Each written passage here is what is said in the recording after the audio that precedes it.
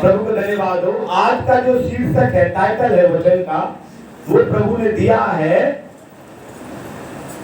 दो तरीके के जन्म और दो तरीके की मृत्यु। दो जन्म और दो मृत्यु। आपको मालूम है इंसान के दो जन्म होना बहुत जरूरी है और इंसान की दो मृत्यु होती है। कितनी? दो जन्म दो मृत्यु। अब आप बोलेंगे दो जन्म का समझ में नहीं आया। ये दो जन्म का जो कॉन्सेप्ट है ना, आप अगर बोलेंगे कि दो जन्म का कॉन्सेप्ट मैं कहूंगा आपका क्या जन्म हो चुके हैं, आप बोलेंगे कितना, एक बार जन्म हुआ है और मैं हैप्पी बर्थडे मनाते आया हूँ, केक काटते आया हूँ। और हम बोलेंगे आप कितनी बार मरेंगे? अगर मैं किसी से बोलूं आप कितनी बार आपका जन्म हुआ है? और कितनी बार क्या नाम है आप मरेंगे? तो कितनी बार जन्म हुआ? तो वो लोग क्या सोचते हैं, एक तो मैं पैदा हुआ और जो मैं बादल जा रहा था टम्पू में, टम्पू पलट गया था, बच गया, एक तो वो जन्म है।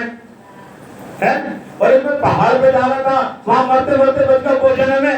एक बार मैं गंगा में डुबकी लगा रहा था, वो बच गया, तो वो जन्म है। मेरे को पता नहीं कितने जन्म है और कितनी मृत्यु है आपकी। अगर किसी से बोला यार कि आपकी क्या मौत है और आपकी कितनी जीवन है, आपके क्या समझ में आ रहा है मुझे नहीं मालूम, लेकिन वचन क्या बता रहा है। एक वचन निकालेंगे भजन संहिता की किताब, उसका 51 उसका 10 वचन पढ़े। एक बहुत बड़े विद्वान, एक बहुत बड़े राजा, एक चक्रवर्ती सम्राट जिसका यरूशलेम पर, यहूदा पर बहुत बड़ा राज्य था, बहुत पैसे वाला व्यक्ति और बहुत बड़ा चक्रवर्ती सम्राट क्या कह रहे हैं, पढ़ें। हे परमेश्वर, मेरे अंदर शुद्ध मन उत्पन्न कर। एक व्यक्ति है, एक राजा है जिसका नाम है दाऊद। जिसका नाम क्या है? दाऊद। और वो बहुत गीत लिखने वाला व्यक्ति है और वो बहुत प्रेज वर्शिप करने वाला व्यक्ति है और वो अकेले में प्रार्थना करता है। और वचन तो ऐसा बताता है कि दाऊद रात भर प्रार्थना करता था। क्या करता था? एवरी नाइट वो प्रार्थना में रहता था और रात भर रो रो कर प्रार्थना करता था। ऐसा लिखा हुआ है कि वो कहते हैं दाऊद कि मैं अपना बिछौना आंसुओं से भिगोता हूँ। और कब भिगोता हूँ? प्रति रात। भैया तू राजा हो गया, परेशान एक ही दिन रोए? नहीं, मैं प्रति रात। ऐसा लिखा हुआ वचन में। वो क्या कह रहे हैं, पढ़ेंगे। हे परमेश्वर, मेरे अंदर शुद्ध मन उत्पन्न कर। ऐसा लिखा हुआ है, दाऊद राजा ने कहा, हे परमेश्वर मेरे अंदर शुद्ध मन उत्पन्न कर। क्योंकि लोगों के अंदर आजकल शुद्ध मन नहीं है। दूसरा, और मेरे भीतर स्थिर आत्मा नए सिरे से उत्पन्न कर। और लिखा हुआ है मेरे अंदर स्थिर आत्मा नए सिरे से उत्पन्न कर। नए सिरे से का मतलब है नया जन्म दे दे मुझे। हे प्रभु मुझे क्या कर? नया जन्म दे। आप ऐसा बोल सकते हैं कि हे प्रभु मुझे नया जन्म दे। अब नया जन्म है क्या? मैं आपको बताऊंगा पहले नया जन्म, फिर मैं आपको बताऊंगा मृत्यु। अब आपको बताऊं दो जन्म में। एक तो जन्म वो होता है जो आप माँ के पेट से पैदा होते हैं, जिसको कहते हैं स्वाभाविक जन्म। कौन सा जन्म? स्वाभाविक जन्म। जो माँ के पेट से पैदा होते हैं, आप उसका बर्थडे मनाते हैं और आपके कागजों में लिखा हुआ होता है, शादी ब्याह में पूछते हैं कि आपकी कितनी उम्र है, उसको कहते हैं पहला जन्म, स्वाभाविक जन्म। वो समझ में, उसके लिए कोई समझाने की जरूरत नहीं है, स्वाभाविक जन्म। दूसरा जन्म एक और है जिसका व्याख्यान बाइबल में लिखा हुआ है, यूहन्ना रचित सुसमाचार उसका 3 अध्याय 1 से लेकर 10 तक एक जन्म यीशु मसीह बता रहे हैं। यीशु मसीह किसको बता रहे हैं? उस समय के बड़े विद्वान को। यीशु मसीह के जमाने में एक विद्वान था, उस विद्वान का नाम है निकोदेमुस। पढ़ें जरा, पढ़ें। पढ़े 1 से 10 तक।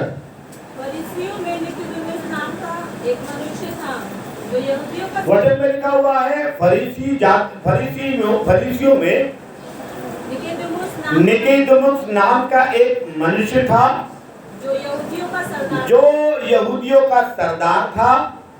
उसने रात अब यहूदियों का सरदार का मतलब क्या है? वो जैसे हमारे ईसाई धर्म में बोलेंगे बिशप साहब, उससे ऊपर बोलते हैं आर्च बिशप, फिर उससे कहते हैं पोप, और अलग संस्थाओं में मॉडरेटर भी बोलते हैं, कहीं चेयरमैन भी बोलते हैं। हिंदुओं में कहते हैं महामंडलेश्वर है, और उससे ऊंचा कोई पद होगा मुझे नहीं मालूम। हिंदुओं में कहते हैं महामंडलेश्वर है, और भी कोई पद होगा। मुसलमानों में कहते हैं आज मौलाना, फिर कहते हैं आलिम फाजिल, एक बड़ा ऊंचा पद है कि बहुत विद्वान है। सरदारों में कहते हैं ग्रंथी, ग्रंथी के ऊपर होता है मुख्य ग्रंथी, मुख्य ग्रंथी मतलब बड़ा ग्रंथी। ऐसे ये व्यक्ति कौन है? बहुत बड़ा विद्वान है। और रात में यीशु मसीह के पास आया। कब आया? रात में। फिर पढ़ेंगे। उसने रात को यीशु के पास आकर उससे कहा जी, हे रब्बी। रात में यीशु मसीह के पास आके कहा हे रब्बी। रब्बी का मतलब है उस जमाने का गुरु। रब्बी कहा जाता था यहूदियों के गुरु को। तो यीशु मसीह को क्या कह रहा है? गुरु। कौन बोल रहा है गुरु? जो बहुत बड़ा विद्वान है। कौन बोल रहा है? जो उस जमाने का सबसे बड़ा विद्वान है, फरीसी का। और रात में क्यों आया? क्योंकि दिन में आता तो लोग कहते हैं ये तो बहुत बड़ा विद्वान है। उस जमाने यीशु मसीह क्या थे? एक आम शिक्षक। यीशु मसीह क्या थे? एक आम आदमी। भाई आम आदमी के पास, आम शिक्षक के पास इतना बड़ा विद्वान आया है, और रात में छुप के इसलिए आया कि कोई देख ना ले कि ये सब कुछ तो यीशु मसीह से पूछ के जाता और हमें सिखाता। तो इसलिए यीशु मसीह के पास क्या के बोल रहा है वो? हे गुरु। गुरु का मतलब वो जानता था कि मैं तो दुनिया की नजर में विद्वान हूँ, लेकिन सबसे संसार का बड़ा विद्वान ये है। इसलिए यीशु मसीह से क्या बोल रहा है? हे गुरु, हम जानते हैं कि तू परमेश्वर की ओर से है। वो ये कह रहा है मैं जानता हूँ कि तू परमात्मा की ओर से गुरु बन के आया है। मुझे तो इंसानों ने बनाया, तू किसने बनाया तुझे? परमेश्वर ने बनाया। फिर पढ़े आगे। गुरु होकर आया है, क्योंकि कोई इन चिन्हों को जो तू दिखाता है यदि परमेश्वर उसके साथ ना हो तो नहीं दिखा सकता। जी। यीशु ने उसको उत्तर दिया, हाँ। मैं तुझसे सच-सच कहता हूँ। यीशु मसीह ने उसको उत्तर दिया। यीशु मसीह ने क्या बोला? मैं तुझसे सच सच कहता हूँ, यदि कोई नए सिरे मतलब नए तरीके से, नए सिरे से जन्म ना ले तो वो परमेश्वर का राज्य देख नहीं सकता। अब वो गुरु इस चक्कर में यीशु मसीह के पास आया था, क्योंकि गुरु तो होगा वो, लेकिन पता नहीं वो गुरु घंटा लो, मुझे नहीं मालूम, बाइबल ऐसा नहीं बताती। लेकिन आजकल गुरु नहीं है। आजकल के निकोदेमुस तो गुरु ही था, निकोदेमुस तो बड़ा व्यक्ति था, लेकिन आजकल के गुरु घंटाल है। ऑनलाइन कुछ और है, ऑफलाइन कुछ और है। चर्च में घुस गए स्वर्गदूत, बाहर निकले पक्के भूत है, कुछ पता नहीं है। इसलिए वो यीशु मसीह के पास आके बोलने लगा कि वो इसलिए आया था ये पता करने के लिए कि मैं स्वर्ग कैसे जाऊंगा, कैसे जाऊंगा। तो यीशु मसीह को पूछने लगा, तो यीशु मसीह ने बोला जब तक तू नए सिरे से जन्म ना ले कोई स्वर्ग के राज्य में प्रवेश नहीं कर सकता। अब वो यीशु मसीह से बहस कर रहा है। बहस क्या कर रहा है? वो इतना बड़ा विद्वान है कि समझा नहीं, विद्वान है बहुत बड़ा निकोदेमुस, लेकिन समझ में नहीं आया उसके। आज भी नया जन्म सबके समझ में नहीं आने वाला। ईसाइयों के समझ में आ जाता तो वो चमत्कारों के पीछे नहीं भागते। आज लोग चमत्कारों के पीछे भाग रहे हैं कि कोई तेल दे दो, कोई पानी दे दो, कोई बीमारी से ठीक कर दो, कोई ऐसी दुआ करो और ऐसा हाथ करो सब गिर गए। चमत्कारों के पीछे भाग रहे हैं। कोई यीशु मसीह के पीछे नहीं भाग रहा, कोई उद्धार के पीछे नहीं भाग रहा। और वचन में क्या लिखा हुआ है? निकोदेमुस ने उससे कहा कि मनुष्य जब बूढ़ा हो गया, समझ कर सुनना ध्यान से, जब मनुष्य बूढ़ा हो गया तो कैसे जन्म ले सकता है? क्या वो अपनी माँ के पेट में, गर्भ में दोबारा प्रवेश करके जाएगा। उसके समझ में आया था कि आजकल के एक हिंदू मैथोलॉजी में लिखा हुआ है कि दूसरा जन्म होगा, मर के जाएंगे, दूसरा जन्म होगा, फिर स्वर्ग मिलेगा। यीशु मसीह कह रहे हैं कि इनको क्या करना पड़ेगा। उसके तो मन में क्या आया कि मैं बुढ़ा तो हो गया हूं, अब मरूंगा, दूसरा जन्म लूंगा, तब कहीं जाकर मुझे स्वर्ग मिलेगा। तो उसने बोला क्या कोई माँ के पेट में दोबारा जाके, क्या कोई जो बपतिस्मा लेने वाले वो सुन ले, आपकी शिक्षा उनके लिए भी है। जिनका बपतिस्मा नहीं हुआ है उनके लिए शिक्षा है ये, और जिनका हो चुका है उनके लिए भी शिक्षा है। उनको सोचना चाहिए कि हमने बपतिस्मा में गड़बड़ तो नहीं ले लिया, और जिनका नहीं हुआ उनके लिए शिक्षा है। ये क्या लिखा हुआ है, निकोदेमुस ने उससे कहा, मनुष्य क्या जब बूढ़ा हो जाए तो कैसे जन्म ले सकता है? क्या वो माता के गर्भ में दूसरी बार प्रवेश करके जन्म ले सकता है? यीशु ने उत्तर दिया, क्या यीशु ने उत्तर दिया? पढ़े, यीशु ने उत्तर दिया, हाँ, मैं तुझसे सच सच कहता हूँ, जब तक मनुष्य कोई जल और आत्मा से ना जन्म ले वो परमेश्वर के राज में प्रवेश नहीं कर सकता। अब परमेश्वर के राज में प्रवेश करने का मतलब क्या है, मैं बताऊंगा आपको भी। कैसे जन्म लेना है? जल और आत्मा का मतलब क्या है मालूम है? बपतिस्मा। पुराने जमाने में, अगर मैं ओल्ड टेस्टामेंट में बताऊंगा नए जन्म का सिद्धांत, अब अगर आप निकालेंगे यहेजकेल 36 का 25 और 26, यहेजकेल की किताब उसका 36 अध्याय, उसका 25 और 26 कोई पढ़े। यहेजकेल उसका 36 अध्याय, उसका 25 और 26, 36 अध्याय। मैं तुम पर शुद्ध जल छिड़कूंगा, लिखा हुआ है मैं तुम पर शुद्ध जल छिड़कूंगा। इसलिए आज बहुत से लोग क्या कर रहे हैं, बपतिस्मा छिड़काव का दे रहे हैं। मैं तुम पर शुद्ध जल छिड़कूंगा और तुम शुद्ध हो जाओगे, वो कह रहे हैं छिड़कने से शुद्ध हो जाते होंगे। और आगे, और मैं तुमको तुम्हारी सारी अशुद्धताओं और मैं तुम्हारी सारी अशुद्धता और मूर्तियों से शुद्ध करूंगा, और मूर्ति पूजा से अशुद्ध करूंगा। और मैं तुमको नया मन दूंगा, तुम्हारे भीतर नई आत्मा, और नया जन्म, मतलब नया मन का मतलब नया जन्म, नया आत्मा दूंगा। और वो कह रहे छिड़कने से। क्या छिड़कने से कोई व्यक्ति शुद्ध हो सकता है कि पूरा नहाने से होगा? जवाब है किसी के पास है? छिड़कने से या पूरा नहाने से? पूरा जल में उतरेगा तभी शुद्ध होगा। छिड़कने से कोई शुद्ध, छिड़कने से दाग लग जाते हैं। आपको मालूम है, आप शीशे पे थोड़ा पानी छिड़क देना, थोड़ी देर बाद देखना, आज लोग दाग लेके घूम रहे, छिड़काव लेकर। मैं किसी का विरोध नहीं कर रहा, तो छिड़काव लेकर दाग लेकर घूम रहे हैं, शुद्ध नहीं हुए। वो ओल्ड टेस्टामेंट के इस विधि को मान रहे हैं, जबकि बाइबल में बपतिस्मे का मतलब है पानी में पूर्ण रूप से डुबोया जाना। हालेलुया। हम बपतिस्मे पे बात नहीं करेंगे, हम आ जाएंगे नए जन्म पे। तो नया जन्म ने क्या बोला? उन्होंने बोला कि कोई व्यक्ति कैसे जन्म ले सकता है? क्या वो माता के घर में जाकर, यीशु ने बोला जब तक कोई जल और आत्मा से जन्म ना ले वो परमेश्वर के राज में प्रवेश नहीं कर सकता, क्योंकि जो शरीर से जन्मा है वो शरीर है, वो आत्मा से जन्मा है आत्मा है। नया जन्म का मतलब है आपको पहले माँ के पेट से जन्म लिया, अब आत्मा से जन्म लो। कैसे? आत्मा से। अब आत्मा कौन है? यीशु मसीह। पवित्र आत्मा से जन्म लेने के लिए, और बाइबल क्या बताती है पवित्र आत्मा से जन्म लेने के लिए? यूहन्ना रचित सुसमाचार उसका 1 अध्याय, उसका 12-13 पढ़ेंगे। क्या लिखा हुआ है? परंतु जितनों ने उसे ग्रहण किया, परंतु जितनों ने, नया जन्म का मतलब है आत्मा से जन्म लेने का मतलब है यीशु मसीह को ग्रहण करना। जितने लोगों को बपतिस्मा लेकर सुन ले, आत्मा से जन्म लेने का मतलब क्या है? पहला, यीशु मसीह को ग्रहण कर लेना। और परंतु जितनों ने उसे ग्रहण किया, हाँ, उसने उन्हें परमेश्वर की संतान होने का अधिकार दिया। हाँ, अर्थात उन्हें जो उसके नाम पर विश्वास करते हैं, विश्वास कर यीशु को ग्रहण कर बपतिस्मा लेना, तो विश्वास करते हैं, ग्रहण करते हैं, और वो न लहू से शरीर ना शरीर, इसका मतलब शरीर से पैदा नहीं हुए।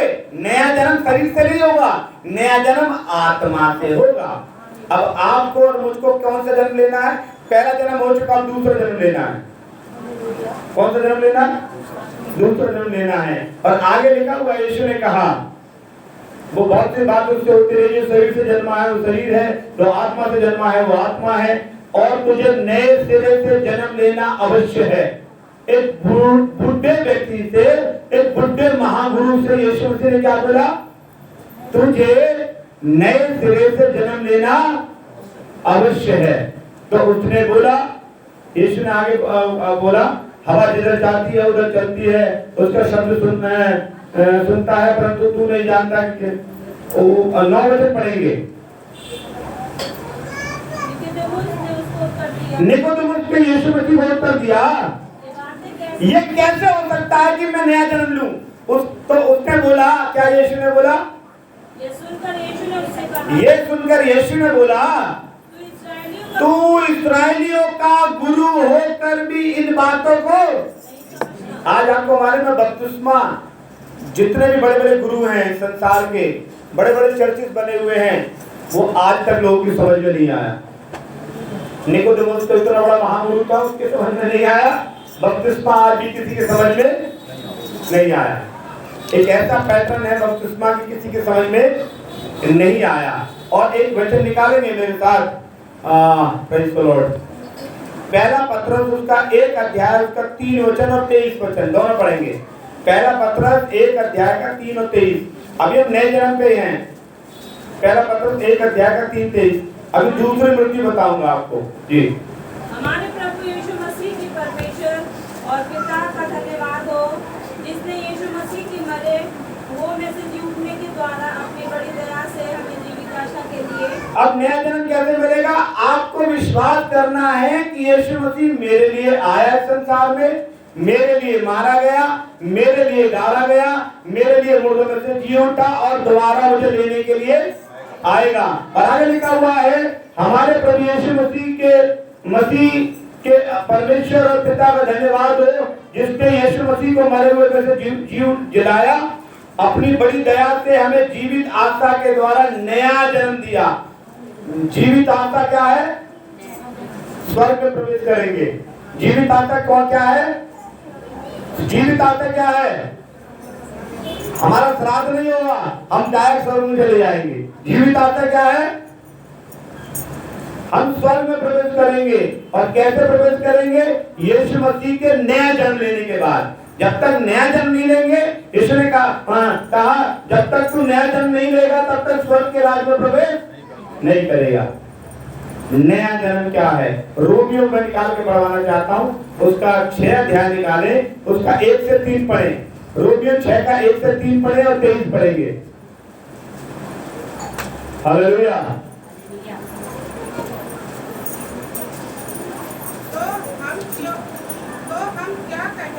ऐसा लिखा हुआ है, तो हम क्या करें? क्या पाप करते रहे कि अनुग्रह बहुत होता रहे? जी। तो हम क्या कहें? क्या हम पाप करते रहे कि अनुग्रह बहुत हो? जी। कदापि नहीं। कदापि नहीं।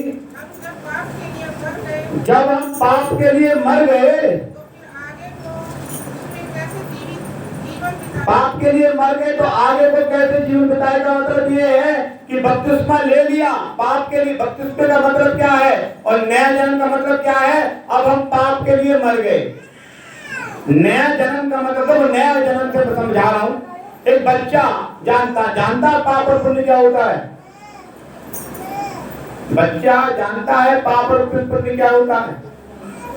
किसी ने मुझसे बोला, और लोग बोलते भी, आप ध्यान से सुनना, कि बच्चे के अंदर तो परमात्मा का रूप है। कितने लोग बोलते हैं वाली बात? हाँ या ना? या तो बोलो हाँ या बोलो ना। दो बात पूछिए, हाँ या ना? परमात्मा का रूप है या नहीं है? ऐसे बोलते हैं लोग, बोलते हैं लोग। आप विश्वास करते? आप बोले पका रहे। देखो, आपने देखा होगा बच्चों को कि वो कुत्तों के पूंछ में पटाखे लगा के आ देंगे। और आप उसको बोलेंगे, भाई बड़ा शैतान है, आप बोलोगे परमात्मा का रूप उसके अंदर है? मैंने कई बच्चों को देखा, एक बच्चा मैं देख रहा था बहुत अभी चिमटा ग्रहण कर रहा था, चिमटा ग्रहण कर रहा था और उसकी माँ निशान लगा रही थी, तेरी चप्पल या उसकी चप्पल, तो वो भी चिमटा ग्रहण करने के लिए चला गया और करके लाया चिमटा और उसने क्या किया, अपनी बहन के पैर में चिपका दिया और बहन कि ये पापा की बेटी, मेरा जो नहीं चिपका हुआ मैं मम्मी का, मैं कह रहा क्या कर रहा, वो निशान लगा रही थी, चप्पल की निशानी थी। मैं कह रहा देखो क्या बोलोगे, बच्चों को शैतान के रूप में परमेश्वर का है, डिसाइड आपको करना, मुझे मैंने सवाल छोड़ा आपको। तो प्रेज़ द लॉर्ड, बच्चा नहीं जानता क्या भला है क्या बुरा है, और नया जन्म वाला बच्चा का मतलब है जो बच्चा नया पैदा हुआ है, जो बच्चा 1 साल वाला नहीं, जो नया पैदा हुआ है, बिल्कुल नया, 1 महीने का हो सकता है, 1 दिन का हो सकता है, 6 दिन का हो सकता है, 100 महीना का हो सकता है। क्या वो बच्चा पाप पुण्य जानता है? हम बात कर रहे हैं जन्मे बच्चे की, नया जन्म, जन्म एक शब्द है, जन्म, जन्मा हुआ बच्चा पाप पुण्य जानता है? जन्मा हुआ बच्चा अपना पराया जानता है? वो ये भी नहीं जानता मेरा बाप है, क्योंकि जब बच्चा पैदा होता है तो कुछ समय तक डॉक्टर मेडिकल लोग बोलते हैं कि उसको कुछ दिखाई नहीं देता, उसको कलर दिखाई देते हैं। क्या दिखाई देते हैं? रंग दिखाई देते हैं। लोग सोचते देखो मेरी तरफ देखो मुस्कुरा रहा, तो यही नहीं मालूम कि रंग दिखाई दे रहे, अपनी शकल सूरत नहीं। परमेश्वर उसके अंदर दुनिया के रंग बाद में देखेगा, पहले कुदरती रंग आते हैं उसके अंदर आंखों में। मेडिकल भाषा बोलती है, मुझे नहीं मालूम, मैं इतना पढ़ा लिखा भी नहीं हूँ। मेडिकल साइंस में मैंने जो सुना है वो आपको मैं शेयर कर रहा हूँ, मुझे उसके विषय में कुछ नहीं मालूम। लेकिन मैं बता रहा हूँ, जब नया बच्चा पैदा हुआ वो जानता ठेका कहाँ है? नया बच्चा जानता है कि इसने तो मेरा हिस्सा हड़प लिया था। नए बच्चे को मालूम है ये मेरी बड़ी बुराई करता है, नए बच्चे को मालूम है कि इसके अंदर बड़ी बुराई है। नया बच्चा को जानता है। वचन में लिखा हुआ है नया जन्म आपको लेना है तो मसीहत में जब आप पैदा हो गए और पैदा होने के बाद हमने बोला प्रार्थना का तो बाकी घर ना जाऊँ, वो तो बहुत ही खराब आदमी है, उससे मेरी बनती नहीं है। अबे तू तो नया जन्म लिया है, तू तो पैदा हुआ, तेरी दुश्मनी किससे है भाई? नए बच्चे की दुश्मनी है किसी से? है क्या? नया बच्चा कुछ अच्छा बुरा जानता है, लेकिन ये मसीहत में आकर पुराने बच्चों को जिंदा रखते हैं। जैसे कि जो आजकल सुना होगा ना कि मैं मर गया था, मैं पहले जन्म में वो था, तो ये आजकल के लोग ईसाई लोग हैं ना, बपतिस्मा लेने के बाद वो कह रहे भाई साहब जो आदमी है वो खराब है। अरे तू तो नया जन्म है, तू नया बच्चा है, तुझे तो रंग दिखाई देना चाहिए, तो किसी का चेहरा भी देखना चाहिए। अरे ना भाई साहब बड़ा खराब आदमी है, क्योंकि तू नया जन्म तो ले लिया लेकिन पुरानी याददाश्त तेरी गई नहीं है। वचन में लिखा हुआ है, रोमियो 6:1 पढ़ना जरा, नया जन्म समझ में समझाऊंगा आपको, थोड़ा लंबा वचन हो जाए कोई बात नहीं। तो हम क्या कहें, क्या हम पाप करते रहें? हाँ। कि अनुग्रह बहुत है हो? हाँ। कदापि नहीं। हाँ। हम जब पाप के लिए मर जब पाप के लिए मर गए, जैसे हम मर के हिंदू शास्त्रों में कहते हैं नया जन्म, हम जब मर गए पाप के लिए, अब हमने यीशु मसीह में बपतिस्मा ले लिया है, नया जन्म ले लिया है, पुरानी बातों को भूल जाइए। पुरानी बातों को भूल जाइए। इसका मतलब आप नए बच्चे हैं, नया जन्म ले लिया है, आप वैसे चलेंगे जैसा बाइबल बताएगा। अब नया जन्म के बाद जैसे माँ बाप सिखाएंगे वैसे तो चलता है। नया बच्चा पैदा होता है कैसे सिखाता है? नया बच्चा क्या है? जो सीखता है माँ बाप से, जो परिवार से, वही बोलता है। अब आपको बताओ मेरे घर के बच्चे हैं, मेरे छोटे भाई के बच्चे सब हैं, जब उनके माँ बाप नहीं रहेंगे तो पापा पापा पापा पापा पापा पापा बोलते रहेंगे, हेमा से मम्मी मम्मी बोलते रहेंगे, और उनकी मम्मी आ गई तो फिर वो बड़ी मम्मी हो जाती है, फिर वो बड़े पापा हो जाते हैं। एक से मैं कह रहा था भाई तू तो मेरी बच्चे है ना, कहने कि तुम से उम्र पापा हो, तो मैंने तेरा बाप कौन सा? कि मेरे पापा का नाम आशीष है। मैं उनसे बोलता हूँ तू तो मेरा बेटा है ना, डब्बू तू तो मेरा बेटा है। नहीं, तुम तो बड़े पापा हो, तुम तो चैमुल पापा हो। मैंने बोला यार जब इसके माँ बाप नहीं थे तो वही पापा था, अब पापा इनका बदल गया, इनकी मम्मी बदल गई। बच्चा वही स्वभाव है। हम जैसे जैसे दुनिया में होते रहते हैं, हम दुनिया को बाप बना लेते हैं और असली बाप को भूल जाते हैं। Hallelujah, hallelujah. इसलिए प्रभु का वचन मेरे प्रिय कहता है, आज का वचन थोड़ा सा समझ में आना चाहिए, थोड़ा लंबा हो रहा है। प्रभु के नाम का महिमा हो, आप लोग सुनिएगा, आपके लिए फायदेमंद है आज का वचन। बपतिस्मा उसको पूरा पढ़िए, रोमियो 6 का पूरा पढ़ना।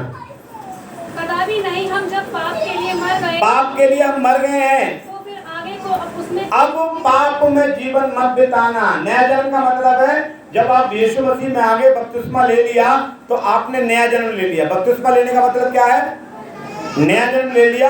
अब आप पाप में जीवन, आज बहुत से लोग बपतिस्मा लेने के बाद शराब पीते हैं, आज बपतिस्मा लेने के बाद गाली रखते हैं। अब जब बपतिस्मे का मतलब क्या है, रोमियो 6 का आगे पढ़ेंगे थोड़ा सा।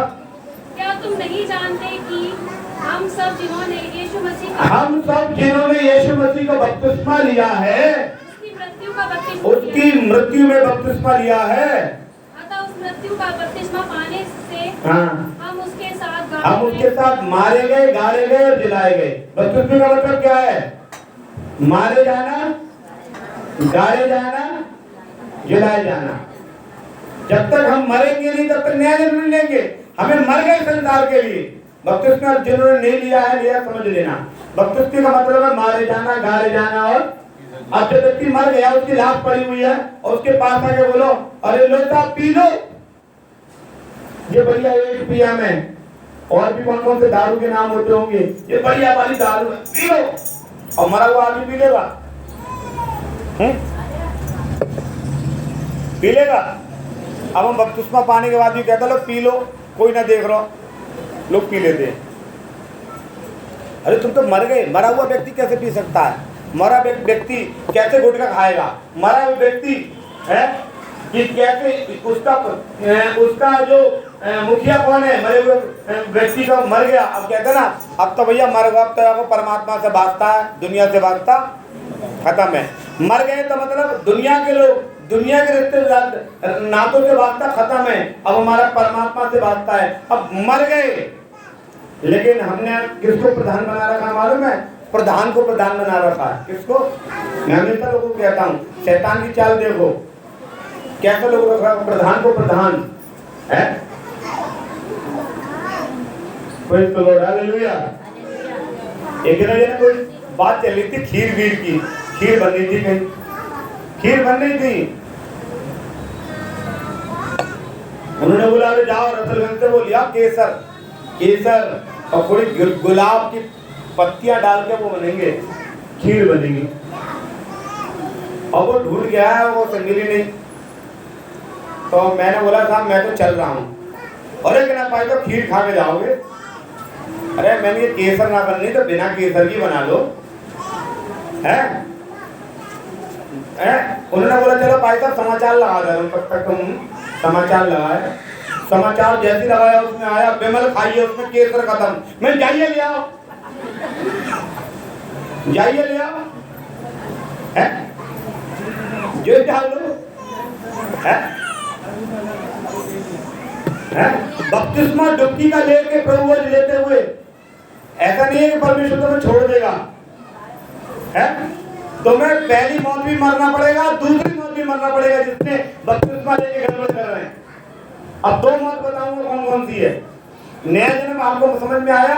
जब बपतिस्मा वचन में क्या लिखा हुआ है? यीशु मसीह के साथ मारे जाना, गाले जाना और जी उठना, ये है बपतिस्मे का मतलब। अब मतलब हम मर गए तो दुनिया से कोई संबंध नहीं होता। मर गए तो कितनी भी अच्छी शराब ले आओ, कबाब ले आओ, मुर्गा ले आओ, खीर ले आओ, पूड़ी ले आओ, और जो मुझे पसंद है मैं बता दे रहा हूँ, पसंद कभी कभी किसी को हो सकता है कोई ले जाए, दाल की कचौड़ी ले आओ, है? वो भी बढ़िया रायते के साथ, मुझे पसंद है इसलिए बोल रहा हूँ मैं, हालेलुया। तो उसका मर गया तो कभी कोई खाएगा नहीं, कोई खा नहीं सकता है। कुछ वचन जल्दी जल्दी हम पढ़ेंगे। पहला पत्र 1 का 23 पढ़ा है आपने? आप पहला पत्र 1 का 23 पढ़े, जल्दी पढ़े। पहला पत्र 1 का 23 जी।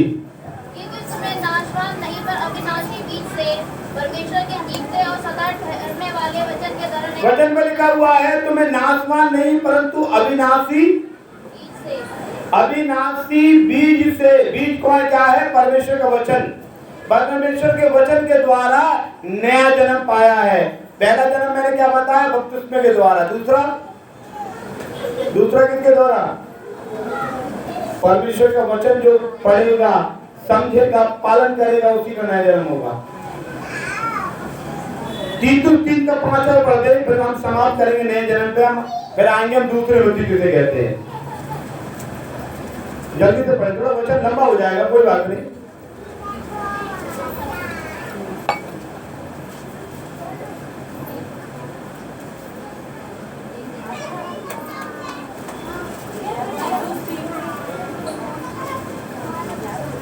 तीतुस 3 का 5 तो उसने हमारा उद्धार किया, लिखा हुआ है उसने हमारा उद्धार किया और यह धर्म के कामों के कारण नहीं जो हमने आप किए पर अपनी दया के अनुसार नए जन्म के स्नान और पवित्र आत्मा के हमें नया बनाने के द्वारा किया। वचन में लिखा हुआ है यीशु मसीह ने हमारा उद्धार किया है। उद्धार का मतलब है दूसरी मृत्यु से बचाना।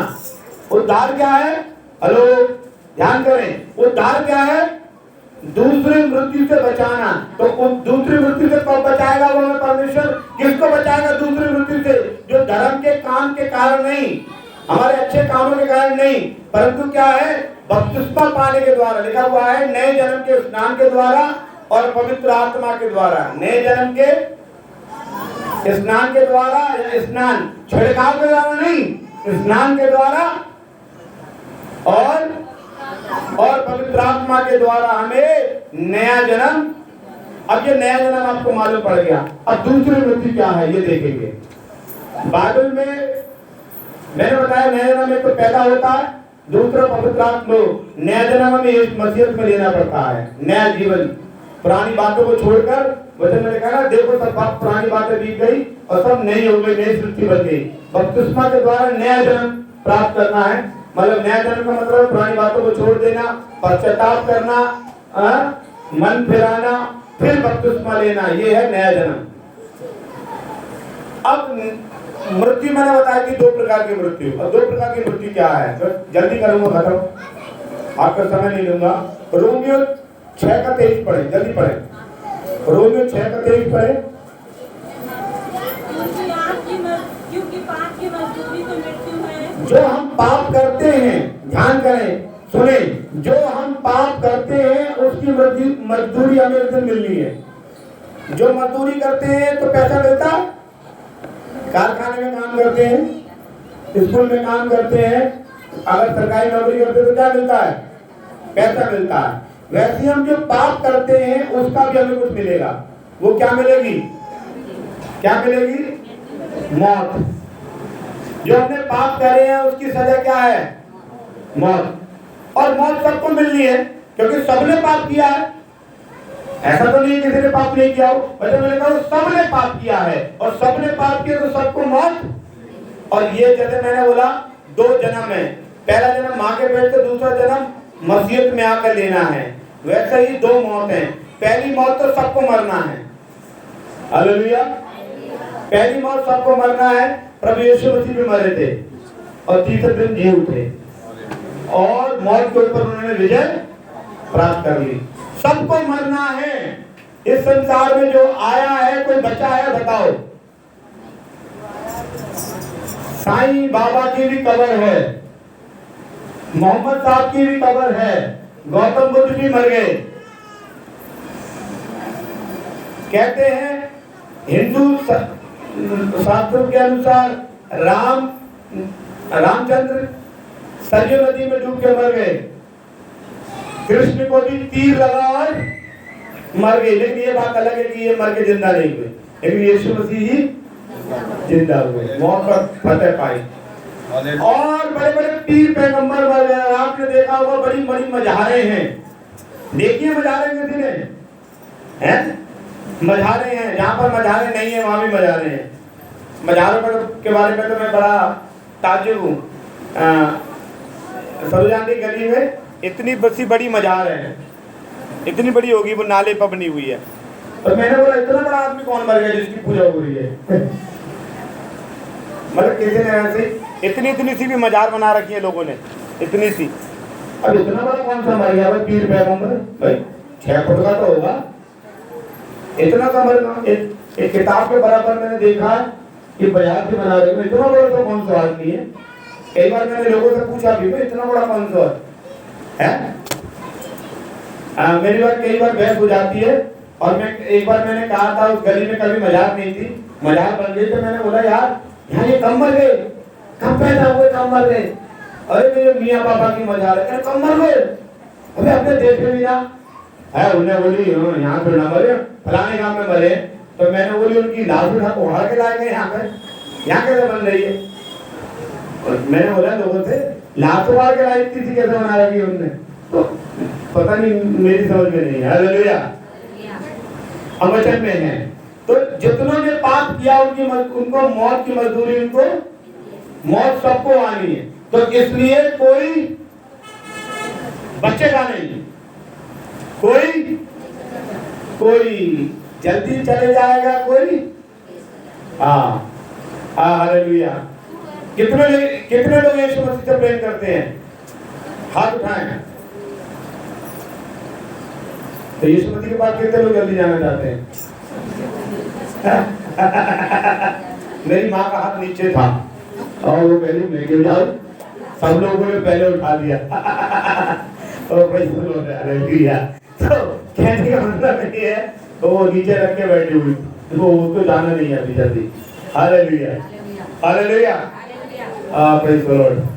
ठीक है, हम उसको बड़ा होने दो, उसको शादी करके जाने दो। हालेलुया, हालेलुया, हालेलुया, प्रभु का नाम का महिमा हो। तो हम परमेश्वर के वचन में हैं मेरे प्रियो। तो हम कहते हैं ना सबको यीशु मसीह से मिलना है, लेकिन जल्दी कोई जाना नहीं चाहता। अगर जल्दी जाना चाहता तो कोई डॉक्टर के पास जाता? डॉक्टर के पास जाकर कहता नहीं था हमें यीशु मसीह के पास जल्दी नहीं जाना, 2-4 साल और नहीं अंदर है, और लाखों रुपए बर्बाद कर देंगे काय के लिए? तो यीशु मसीह के पास तो रुकने के लिए। पर पता नहीं कौन यीशु के पास जाएगा, ये अलग बात है।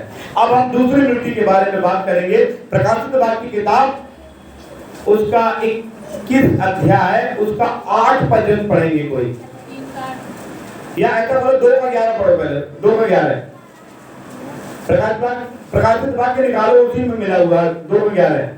जिसके कान हो वह सुन ले, जिसके कान हो वो सुन ले ये आत्मा कलीसिया से क्या कहता है। जी, जो जय पाए, जो जय पाए, कौन किसको? जो जय पाए उसे दूसरी मृत्यु नहीं होगी। अब दूसरी मृत्यु क्या है? किसी को मालूम है दूसरी मृत्यु क्या है? पहली मौत तो सबको मरना है। मेरे पिताजी भी चले गए, मेरे ससुर साहब भी चले गए, मैं जिनसे प्रेम करता था अलीगढ़ में, कई मेरे बहुत प्रेमी लोग थे वो चले गए, और बहुत से मेरे प्रेमी लोग चले जाएंगे, और वो पहली मृत्यु तो मुझे भी एक दिन जाना है। आज भी जा सकता हूँ, कल भी जा सकता हूँ, और 20 साल 50 साल बाद भी जा सकता हूँ। मुझे नहीं मालूम कब मुझे बुलाएगा, लेकिन मैं तैयार हूँ उसके लिए, जाने के लिए आज भी तैयार हूँ पहली मृत्यु के लिए, लेकिन दूसरी मृत्यु के लिए तैयार मैं होना नहीं चाहता हूँ। दूसरी मृत्यु क्या है मालूम है? नरक की आग। पहली मृत्यु क्या है? जो सबको मिलनी है। दूसरी मृत्यु क्या है? नरक की आग में क्यों नहीं जाना चाहता हूं मैं, और मैं क्यों नहीं चाहता हूं कि आप भी ना जाएं। आपको मालूम है नरक की आग में आप ना जाएं, मैं ना जाऊं। एक व्यक्ति संसार में आ गया बताने के लिए कि नरक की आग में मत जा, और मालूम है उसने अपने प्राण दे दिए, और वो है प्रभु यीशु मसीह। वो स्वर्ग छोड़कर आया है, वो स्वर्ग छोड़कर आया है आपको और मुझे बचाने के लिए। नहीं तो उसे आने की जरूरत क्या थी कि जो करेगा तो भरेगा, मैं क्या हुआ है? कभी कभी क्या होता है, कई लोगों को मैंने देखा बैठे रहते हैं, एक व्यक्ति जा रहा दूध लेकर ठोकर खा के गिर पड़ा, कई लोग तो उसे उठाते भी नहीं है। अरे कहाँ देख के चल रहा है? कोई कहेगा अबे क्या मिल गया, क्या पा गया, लेकिन कोई उसे उठा नहीं रहा, क्योंकि दिमाग में क्या जो कर रहा तो भर रहा है। लेकिन यीशु मसीह ने बोला नहीं, मैं आऊंगा इनको बचाने के लिए। वो स्वर्ग से आया और आकर बोला तुम पहली मौत तो मरोगे, लेकिन जो मुझ पर विश्वास करेगा वो नाश नहीं होगा परंतु अनंत जीवन। अनंत जीवन क्या है? दूसरी मृत्यु से बचाओ। अनंत जीवन क्या है? दूसरी मृत्यु से। कितने लोग दूसरी मृत्यु से बचना चाहते हैं? पहली मौत तो सबको मरना है, कोई भी संसार का व्यक्ति नहीं। आपको मालूम है कई लोगों ने अपने पिताजी की, मम्मी की, अपनी पत्नी की शरीर को, बॉडी को वैज्ञानिकों को दे दिया है अमेरिका इंग्लैंड में। और एक व्यक्ति तो एक वैज्ञानिक 9 करोड़ रुपए 1 साल का लेता है। कितना? उनकी बॉडी को सही रखने के लिए कितना? 9 करोड़ रुपए। और उसमें इंजेक्शन लगाया जाता है ताकि उनके बाल काले रहें, शरीर उनका गले नहीं। और डीप फ्रीजर में, मतलब डीप फ्रीजर आप समझे बहुत ज्यादा फ्रीजर में, ताकि इतना ठंडा कि उसमें अगर आप घुसेंगे तो घुसते ही जम जाएंगे। उसको कहते हैं डीप फ्रीजर। डीप फ्रीजर में बॉडी को रखा हुआ है। 4-4, 5-5 साल हो गया। इंजेक्शन लगा रहे हैं, केमिकल लगा रहे हैं ताकि मेरा प्रेमी, मेरा पति, मेरी पत्नी, मेरी माँ, मेरा बाप, क्योंकि वो उनको ये आशा है कि वैज्ञानिक का किसी ना किसी दिन तो ऐसी दवाई निकालेंगे कि जिंदा हो जाए। लेकिन आज तक कोई ऐसा वैज्ञानिक नहीं है जो मौत से हमें बचा सके। लेकिन दूसरी मौत से बचाने के लिए यीशु आया है। दूसरी मौत से बचाने के लिए यीशु आया है। और दूसरी मौत उसी वही बच सकता है जिसने नया जन्म पाया है। जिसने नया जन्म पा लिया, दुनिया से संबंध खत्म कर यीशु मसीह में संबंध बिता रहा है, नया बच्चा है। अब उसका पापा यीशु जैसे बोलेंगे वैसे ही चलेगा, जैसे यीशु चलाएंगे वैसे चलेंगे। ये है। और मालूम है क्यों यीशु मसीह बचाने के लिए आया है दूसरी मृत्यु से, वो नरक की आग से। मरकुस की किताब उसका 9 अध्याय का 43 से 47 तक पढ़े, जल्दी पढ़े। मरकुस 9 का 43 से 47 जल्दी पढ़े।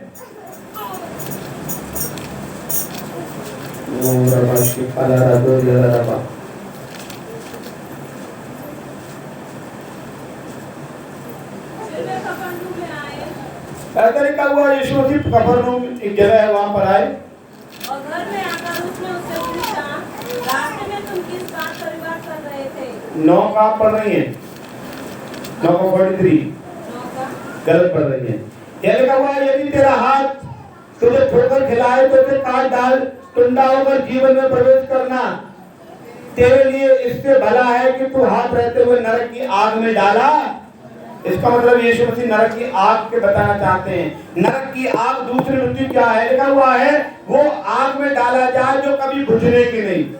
नरक की आग कभी, नरक की आग कभी, जितने लोग कोली समाज के आसपास रहते हैं, भट्टियां चलती हैं, वो आग भुज जाएगी। और वो आग भुज भी जाती है तो 3 दिन तक उसका गरमाई रहती है, लेकिन नरक की आग कभी। और लोगों ने नरक की आग को पता करने के लिए पृथ्वी के हजारों फीट कैमरा लगाया, सामान डाला है, कैमरा पिघल गए, जो चीज डाली वो पिघल गई है, नरक की आग। और लोगों ने कोलाहल मतलब चीखें सुनी है। कई वैज्ञानिकों ने बोले नहीं, नरक नाम की कोई चीज नहीं है, ये सब बेवकूफ बनाते हैं धर्मगुरु। उन्होंने बोला, पादरी से पूछा, कई गुरुओं से पूछा, उन्होंने बोला नरक की आग कहाँ है? उसने बोला पृथ्वी के नीचे है। उसने बोला नरक की आग में उन्होंने क्या किया? डाला गया सामान और औजार और पिघल गए।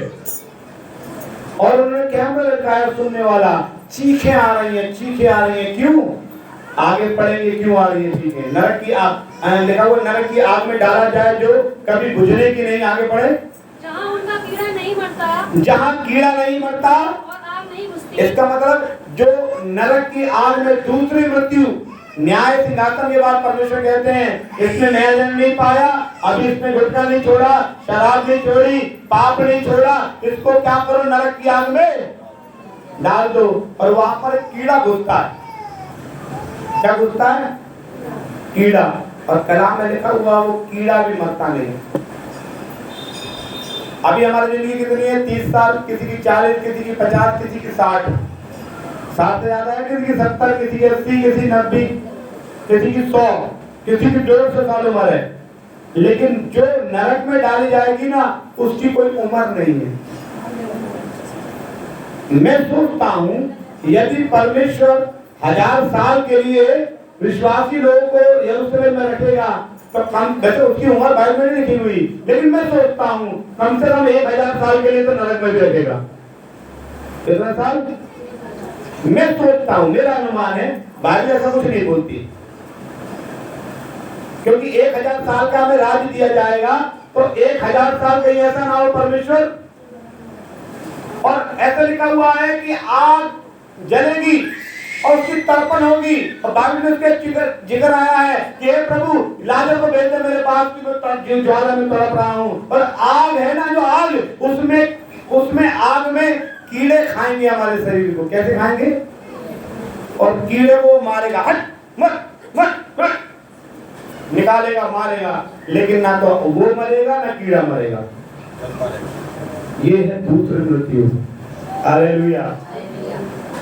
मैं बहुत कुछ आगे लिखा हुआ है, यदि तेरा पांव तुझे ठोकर खिला से काट डाल, लंगड़ा होकर जीवन के में प्रवेश करने के लिए तेरा अच्छा है, इससे भले के 2 पांव रहते हुए नरक की आग में डाला जाए, जहां कीड़ा नहीं मरता ना आग बुझती है।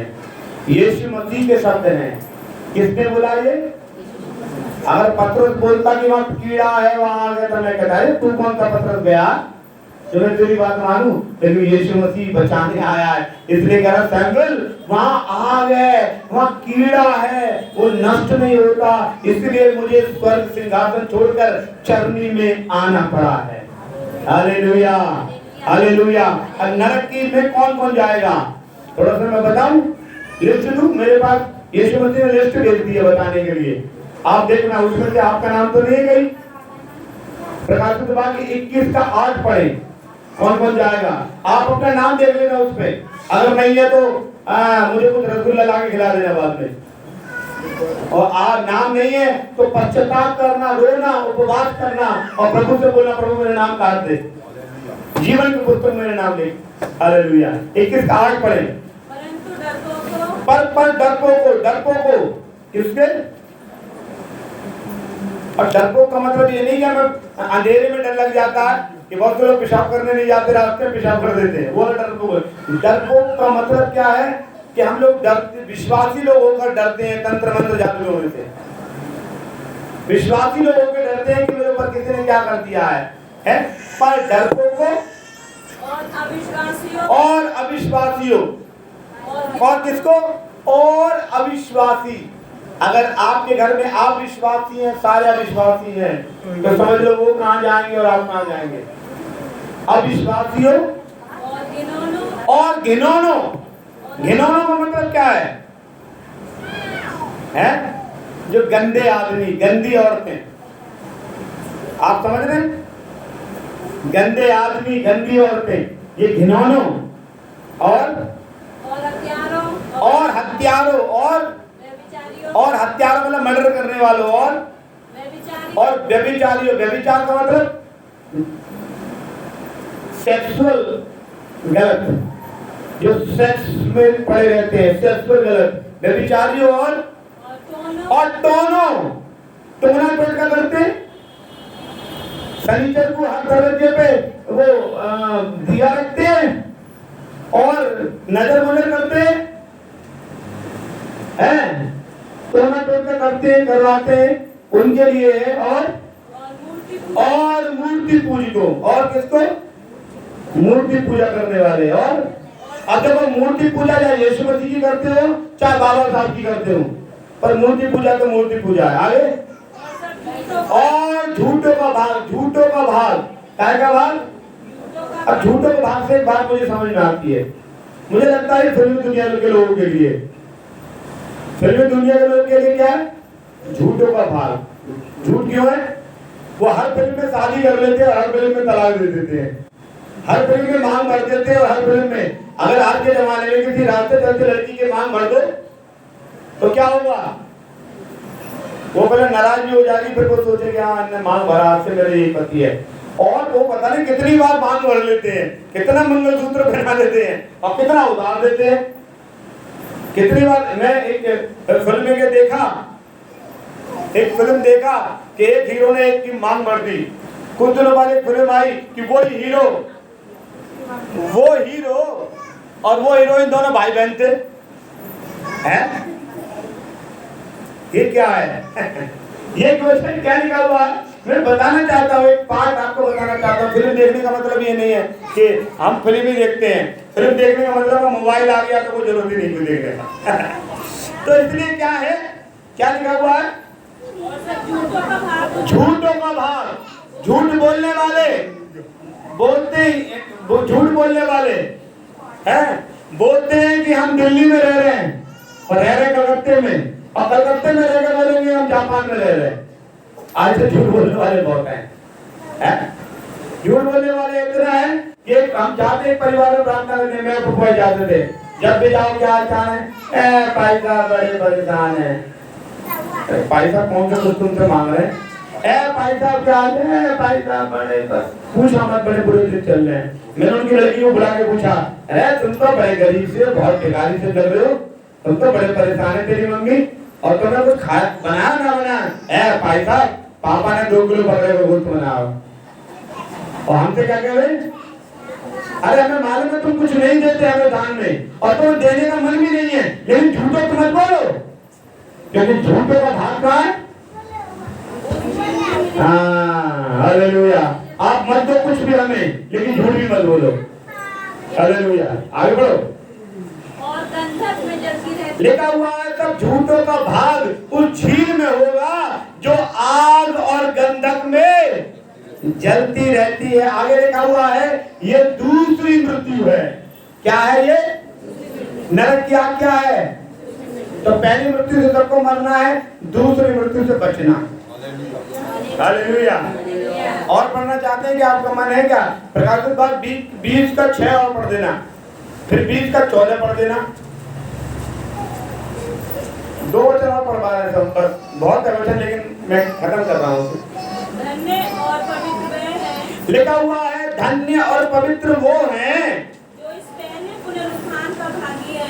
हाँ, ऐसों पर दूसरी मृत्यु की का कुछ भी अधिकार नहीं। हाँ, पर वे परमेश्वर मसीह की आज्ञा होंगे, हाँ। के साथ 1000 वर्ष तक राज्य करेंगे। इसका मतलब जो परमेश्वर के पुनरुत्थान में भागी होंगे। पुनरुत्थान का मतलब है नया जन्म प्राप्त करना, और नया जन्म का मतलब है बपतिस्मा लेना। और बपतिस्मा से पहले क्या करना? नया बच्चा पुरानी बातें भूल जाता है, वो भूल जाता है पुरानी हरकत क्या है, पहले कौन सी कुबेर खाते थे, वो भूल जाता है पहले कौन सी शराब पीते थे। नया बच्चा तो नया बच्चा है, उससे नहीं मालूम कि डब्बे का दूध है कि माँ का दूध है। नया बच्चा है, और नया बच्चा जैसा बाप सिखाएगा वैसे चलेगा। और बाप क्या है? आपका बाइबल। आपका बाप कोई फादर नहीं है।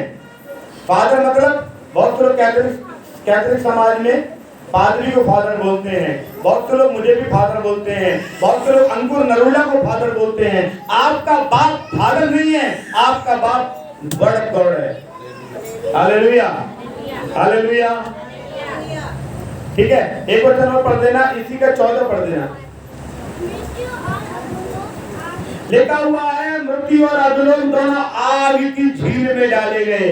आपको मालूम है बाद में परमेश्वर मृत्यु को भी और अधोलोक को भी, जो मृत्यु मतलब पहली मृत्यु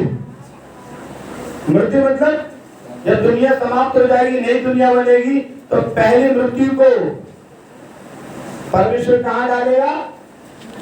आग की झील में। और आपको मालूम है परमेश्वर हमें दूसरा जीवन देना चाहता है और दूसरी मृत्यु से बचाना चाहता है।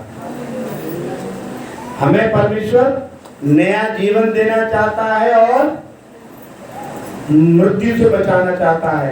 पहली मौत से तो सबको मरना है। आप कितना भी बोलो भाई साहब दुआ करो ठीक हो जाओ, आप ठीक हो जाओगे, फिर बीमार पड़ जाओगे 2-4 साल बाद, फिर आओगे दुआ करने, फिर बीमार पड़ जाओगे, ठीक हो जाओगे, फिर बीमार पड़ जाओगे, फिर ठीक हो जाओगे, फिर बीमार पड़ जाओगे और पहली मृत्यु मर जाओगे। लेकिन दूसरी मृत्यु से कैसे बचे? इस बात को सोचना है आपको। हालेलुया। और प्रभु यीशु मसीह और बाइबल ही है जो हमें दूसरी मृत्यु से बचा सकती है। परमेश्वर इन वचनों से आपको आशीष करे। आइए प्रार्थना में चलें। ओ धन्यवाद।